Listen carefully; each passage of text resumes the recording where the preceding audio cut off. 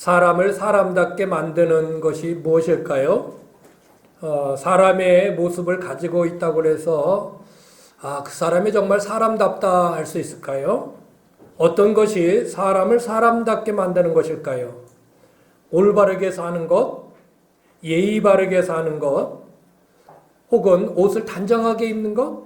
물론 다 그럴 수 있죠. 그러나 저는 그것이 아니고 사람을 사람답게 만드는 것은 감사를 알고 감사할 줄 아는 것이다. 저는 그런 생각을 해봅니다.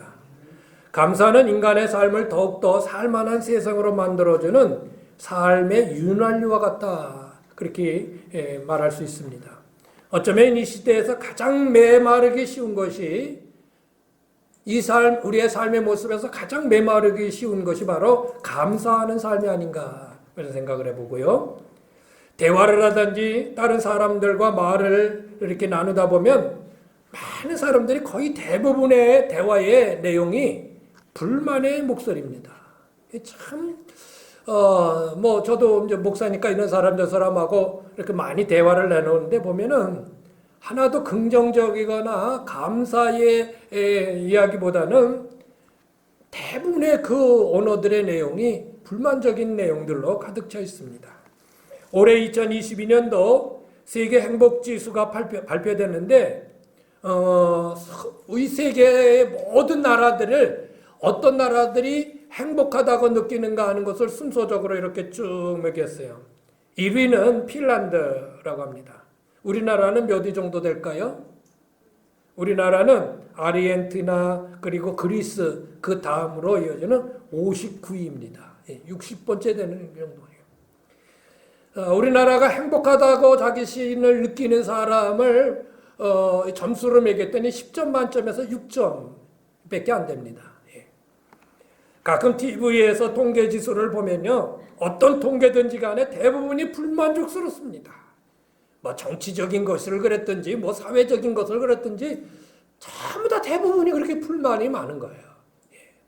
사실 우리가 따지고 보면 불만스러운 것보다는 이 정말 하나님 앞에 감사하고 또 만족스러운 것이 또 많은데 우리가 말하고 생각나야지는 것은 대부분이 다 불만족스러운 것이라는 것이죠. 여러분은 어떻습니까? 나 자신은 어떻습니까? 오늘 말씀해 보면 그리스도 예수 안에서 너희를 향하신 하나님의 뜻이라 이렇게 말씀하고 있습니다. 다시 말하면 예수 믿으면서 살아가는데 이것이 하나님의 뜻이니 이것을 행하며 살라 그렇게 말씀하고 있어요. 그것이 무엇이냐면 감사하라. 감사하라. 감사의 깊이가 신앙의 깊이다라는 말이 있습니다. 얼마나 감사가 깊은가에 따라서 그 사람의 신앙의 깊이도 비례한다 이런 말이죠. 우리 신앙생활의 전부는 감사하는 삶이기 때문에 이런 말이 나오지 않았나 그런 생각을 해봅니다. 그래서 오늘은 감사에 대해서 같이 한번 좀 말씀을 나누고자 합니다. 그냥 막연히 감사하자 한번 듣고 끝나는 것이 아니라 그러면 누구에게 무엇을 어떻게 감사할 것이냐 같이 한번 말씀을 나누고자 합니다. 첫 번째는요, 누구에게 감사할 것인가 하는 것이죠. 누구에게. 감사에는 먼저 대상이 있어야 합니다. 막연히 감사하며 살아야지 하면 그것은 공허한 외침에 불과합니다. 대상이 분명한 만큼 감사도 분명하게 나올 수 있다는 것입니다. 그러면 누구에게 감사해야 될까요? 먼저는요, 보이는 주변 사람들에게 여러분 감사하십시오. 내 주변에, 내 눈에 보이는 사람들한테 감사하라는 거예요. 나는 어떤 사람의 도움도 받지 않고 앞으로도 받지 않고 살 것이라고 하는 사람이 그렇게 말을 하는 사람이 있다면요. 그 사람은 하늘에서 뚝 떨어졌나요? 땅에서 솟아났나요? 독불 장군인가요? 그럴 수 없습니다. 우리는 이제까지 수많은 사람의 도움을 받으며 살고 있고요. 살아왔고요. 지금도 받고 있고 앞으로도 그렇게 도움을 받으며 살 것입니다. 오늘날 여러분이 여기에 이르기까지 얼마나 많은 사람들이 연관되어 있고 도움을 받고 있습니까? 먼저는 나를 낳아주시고 지금까지 성장시켜주신 부모님이 계시죠? 예? 또한 한 가정을 이루게 해준 배우자가 있고 내게 기쁨을 주는 자녀들이 있습니다. 매일 따뜻한 밥을 먹도록 지어주는 사람이 있고요. 예? 여러분들이 그냥 뭐 혼자 밥 먹으니까 아이 대충 먹고 말지 뭐. 그냥 어저께 먹다 먹고 막 이렇게 뭐 먹을 수도 있는데 따뜻하게 밥을 해주는 그 누군가가 있지 않습니까? 감사하잖아요. 여러분이 여기까지 차를 태워준 사람이 있고요. 또 여러분이 교회에 들어올 때 환하게 웃어주며 맞아주는 성도들이 있습니다. 그거 감사하지 않나요? 이 시간도 편하게 말씀을 들을 수 있도록 이 자리가 만들어지도록 노력해준 사람이 있기 때문에 여러분들이 이 자리에서 우리가 편안하게 예배를 드릴 수 있는 거예요. 감사하지 않나요? 감사한 것입니다. 어느 것 하나도 거저된 것이 없어요. 이 세상에는요 거저되는 거 없습니다. 이 모든 것들은 다 감사할 대상들이라는 것이죠. 그러므로 먼저 내게 보이는 사람들에게 감사할 수 있어야 된다는 것입니다. 그것으로 끝날까요? 아니에요. 우리는 근본적으로 또 감사해야 될 리가 있는데 그분은 하나님이라는 사실이에요. 우리가 보이는 것과 보이지 않는 것들이 있습니다. 물론 보이는 것들에 대해서 우리는 그 당사자에게 감사할 수 있죠. 그러나 보이지 않는 것들에 감사할 것들이 너무너무 많습니다. 제가 여기서 말씀 안 드리겠습니다. 보이지 않는 것들에 대하여 여러분이 얼마나 많은 도움을 받고 살아가는지 모릅니다. 그런데 우리 하나님은 보이는 것과 보이지 않는 그 모든 것을 포함해서 우리를 돕고 계시는 것입니다. 그러니 하나님이 얼마나 감사해요. 우리는 아이고 왜 그렇게 됐냐고 우리가 불만하기 쉬운데요. 그런데 그거는 수만 가지 중에 아니요 수억 가지 중에 하나예요. 수억 가지 중에 나머지 수억 가지 셀 수 없는 것들이 우리가 감사할 것들이 너무 많다는 거예요. 우리에게는 눈에 볼 때 엄청난 것 같죠? 정말 엄청난 게 뭔지 아십니까? 하나님이 정말 딱 손을 멈춰 보세요. 정말 엄청난 일이 생길 거예요. 근데 우리가 살아가는 위해서 이런 일 저런 일 겪으면서 정말 뭔가 대단한 것 같지만 그러나 그 외의 것들 너무나 대단한 것들이 너무나 많다는 것이죠. 이거에 감사할 수 있어야 된다는 것입니다. 그런데 우리는 눈에 보이는 것들에는 고마운 마음을 갖는데 보이지 않는 것들에게는 감사가 좀 소홀할 때가 많이 있습니다. 그래서 하나님은 1년에 한 번씩 깨닫게 하시고 감사할 수 있는 절기를 주셔서 우리가 추수감사주의를 지내는 것이 아닌가 그런 생각을 해보기도 합니다.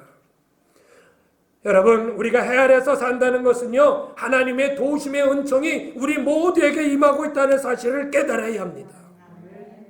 만유인력이라는 게 있어요. 만유인력이 있기 때문에 이 지구가 정상적인 궤도를 돌게 되고 우주의 모든 별들과 이런 것들이 다 질서 있게 흘러가게 되는 것입니다. 그래서 이 만유인력을 보이지 않는 손이다 그렇게 표현합니다. 그 보이지 않는 손이 누굴까요? 하나님이신 거예요. 만약에 하나님께서 그 보이지 않는 손 그것을 딱 놓아버리시면요 정말 끝입니다. 정말 끝입니다. 우리는 이 지구상에 존재할 수 없게 됩니다. 그러므로 이처럼 감사한다고 할 때 그 대상은 보이는 사람들뿐만 아니라 더 나아가서 보이는 것과 보이지 않는 모든 것들의 근본적인 것을 제공해 주시고 도움을 주시는 우리 하나님 앞에 여러분은 감사할 수 있어야 되는 것입니다. 하나님은 수억만 가지를 우리에게 제공해 주고 그 한 가지를 우리에게 제공하지 않을 때 그 한 가지가 그렇게 내게 아깝습니까? 그것 때문에 우리는 그냥 매달려서 그냥 불만하고 불평하고 그럴 때가 많이 있죠. 근데 하나님은 오늘 우리에게 말씀하는 거예요. 감사하라. 감사하라. 감사할 게 더 많다. 할렐루야. 그러니까 감사하십시오. 자, 큰 목소리로 하나님 감사합니다. 자, 두 번째는 그러면 무엇을 감사해야 될까요? 무엇을 감사해야 될까요? 여러분 우리는 너무나 많은 당연함 속에서 살고 있다 그런 생각을 해봅니다. 근데 사실 우리가 당연하다고 생각한 것들은 당연한 것들이 아닐 수 있다는 것을 우리는 깨달아야 합니다. 당연한 거. 아침에 눈을 뜨는 거 당연한 거? 저녁에 두 다리 쭉 뻗고 잘 수 있는 거 당연한 거? 아닌 거예요. 아니에요. 당연한 것이라고 생각하는 것이 당연한 것이 아니라는 사실은 그 당연한 것이라고 생각한 것들을 잃어버렸을 때 이해되시나요? 당연한 것이라고 생각하는 것이 당연한 것이 아니라는 사실은 그 당연한 것이라고 생각하는 것들을 내가 잃어버렸을 때 이게 당연한 게 아니구나. 그렇게 느껴질 때가 많다는 것이죠. 제가 고등학교 1학년 때부터 예수를 믿었는데 막 예수 믿기 얼마 안 됐을 때 1980년대요. 그때 이제 여름방학이었어요. 여름방학에 학생의 수련회를 갔어요. 근데 수련회를 했는데 그냥 한 것이 아니고 서울에 있는 큰 교회, 아주 큰 교회예요.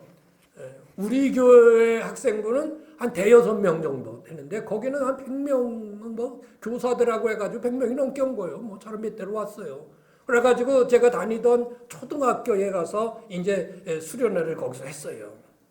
그래가지고 첫날 그래서 암송구절 외우고 맛있는 밥 해주는 거 먹고 얼마나 즐거운지 몰라요. 문제는 그 다음 날부터 벌어지기 시작하는 거예요. 이 서울에서만 살던 애들이 적응을 못해 와서 시골에서 갑자기 애들이 보니까 애들의 얼굴이 누리끼리예요. 선생님이 너 왜 그러냐? 아니에요. 괜찮아요. 왜 그러냐? 그리고 둘째 날, 셋째 날 되더니 애들이 전부 다 피집에 알아봤더니요. 얘들이 화장실을 못 가는 거예요. 지금이야 다 수세식이지만은 그때는 그냥 아시죠? 다 그냥 직접 떨어지는데 그런 화장실이었잖아요. 한번 딱 눕고 티나 이렇게 한번 옆으로 죄송합니다. 이런 것까지 얘기를.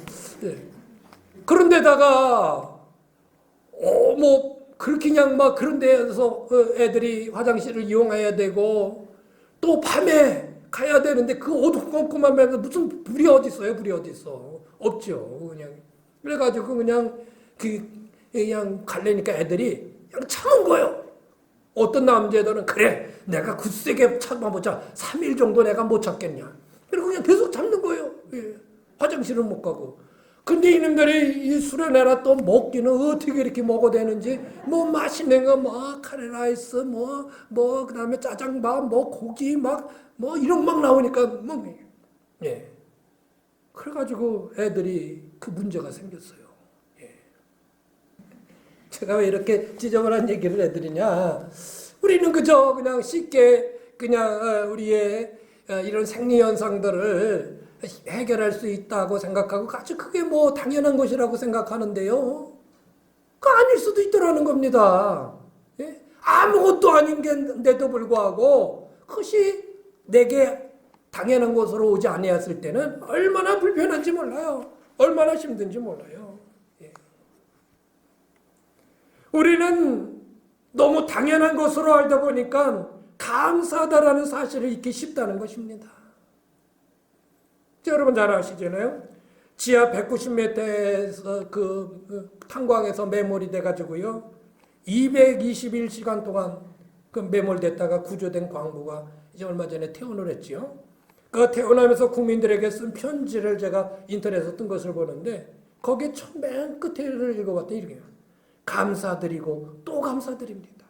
그리고 조금 몇 경 쓰다가 감사합니다. 또 조금 또 쓰다가 감사합니다. 누구에게 감사합니다. 이런 사람 감사합니다. 계속 그래요. 죽음 앞에서 돌아온 그들이 얼마나 감사하겠습니까? 그렇죠.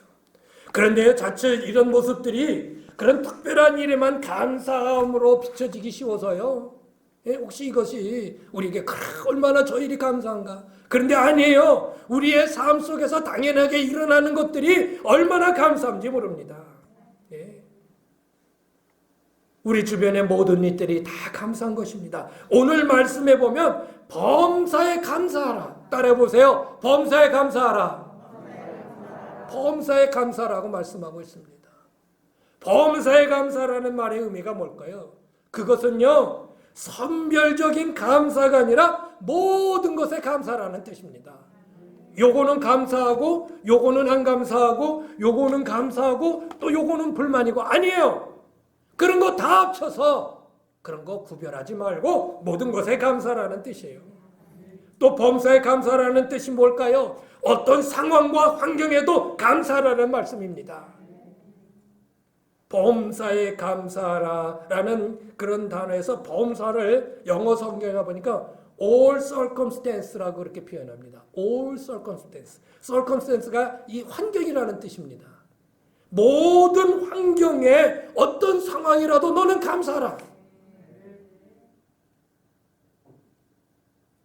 그렇게 하세요.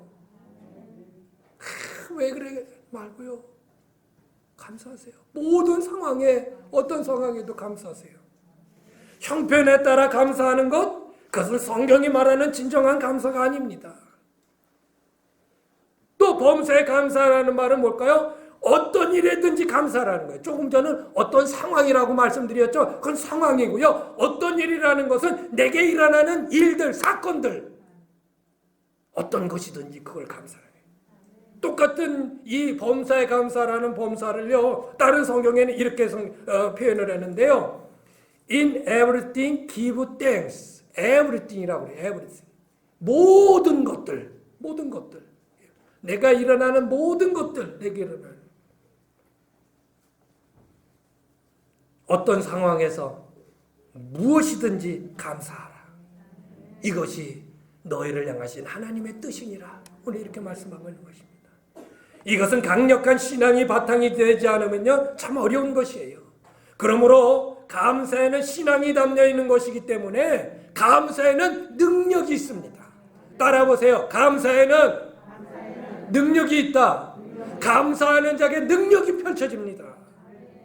빌립보서 4장 6절에서 7절 시작. 아무것도 염려하지 말고 오직 모든 일에 기도와 간구로 너희 구할 것을 감사함으로 하나님께 아뢰라. 그러면 모든 지각에 뛰어난 하나님의 평강이 그리스도 예수 안에서 너희 마음과 생각을 지키시기라. 감사라는 거예요. 염려하고 하나님의 그거 이전에 하나님 감사합니다. 이걸 먼저 생각하고 하나님께 아뢰라는 겁니다. 그런 하나님께서 내 마음과 생각을 다 지키시고 합당한 일들을 하나님께서 일으켜 세워주신다는 것입니다. 어떤 한 목사님이 책에 이런 글을 썼습니다.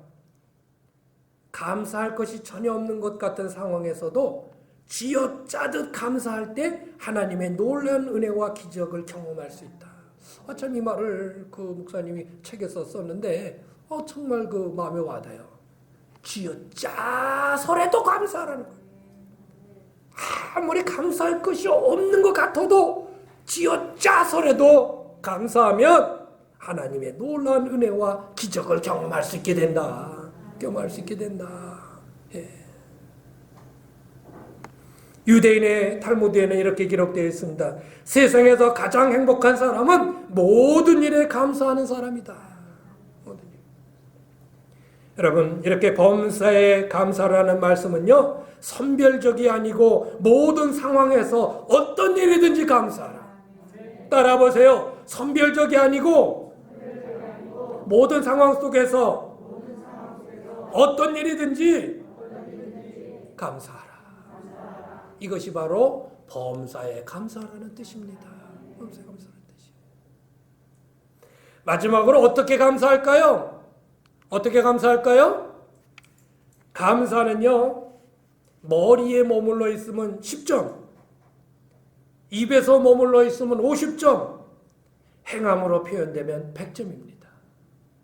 결국은 우리의 감사는 뭔가 행함으로 나타나지고 표현되져야 그게 진정한 감사가 되어질 수 있다는 거야. 그렇지, 감사하지 머릿속에서만 머물러 있어서는 진정한 감사가 아니에요. 그저 입에 발린 듯이 아유 감사합니다 하는 그런 것도 그거는 온전한 감사가 아니에요. 그건 50점밖에 안 돼요. 정말 감사하다면 뭔가 행함이 그 뒤따르는 것들이 있어야 된다는 것입니다. 진정한 표현은 입에서 머무는 것이 아니라 행위로 나타내 보여줘야 되는 것입니다. 오늘 말씀에 감사하는 것이 하나님의 뜻임을 말씀하는 것은 우리가 하나님께 적극적으로 감사를 표현하며 살아야 한다는 것을 뜻하는 것입니다. 어떻게 그러면 감사를 하나님께 표현할까요? 어떻게 표현할까요? 첫 번째는요, 찬양으로 감사하십시오. 따라해보세요. 찬양으로 감사하라. 이스라엘 백성들은 하나님께 감사한 일이 있을 때마다 그들은 목소리를 높여 찬양을 했습니다. 홍해를 건넌 후에 모세와 이스라엘 백성들은 하나님을 이렇게 찬양했습니다. 시작! 내가 여호와를 찬송하리니 그는 높고 영화로우시며 말과 그 탄자들을 바다에 던지셨음이로다. 여호와는 나의 힘이여 노래시여 나의 구원이시로다. 그는 나의 하나님이시니 내가 그를 찬송할 것이요 내 아버지 하나님이시니 내가 그를 높이리로다. 아멘. 여러분, 이렇게 백성들이 찬양을 하니까요, 모세 누나 미리암이요 다른 여인들을 막 모집합니다. 그리고 그가 모여든 그 여인들이 소고를 치며, 어디, 자, 지혜야, 그거 어디니? 한번 들어서 이렇게 한번 틀어봐. 예. 네, 이게 소고를 치며 막 춤을 추며 하나님을 찬양하는 거예요. 제가 그걸 해보려고 제가 저거를 사서 제가 악했는데, 이게 노래가 되면 이게 안 되고 이게 되면 노래가 안 되고, 그래서 지혜보라 했더니 지혜가 얼마나 잘하는지 몰라요. 지혜 그건 또 주특기다. 그거 계속해라. 나는 이 노래니까 박자가 안 맞아요. 그러면 그냥 또 노래는 끓이고 이것만 하면 또 노래가 또 안 되고, 이제 그래요. 막 저게 소고 조그만 복을 치면서 막 춤을 추면서. 예. 그러니까 여러분, 찬양할 때 춤추는 거 잘하는 거예요? 성경적인 거예요? 찬양하면서 박수 치는 거 이거 잘하는 거예요? 성경적인 거예요? 박수 치며 찬양하라고 했단 말이에요. 예.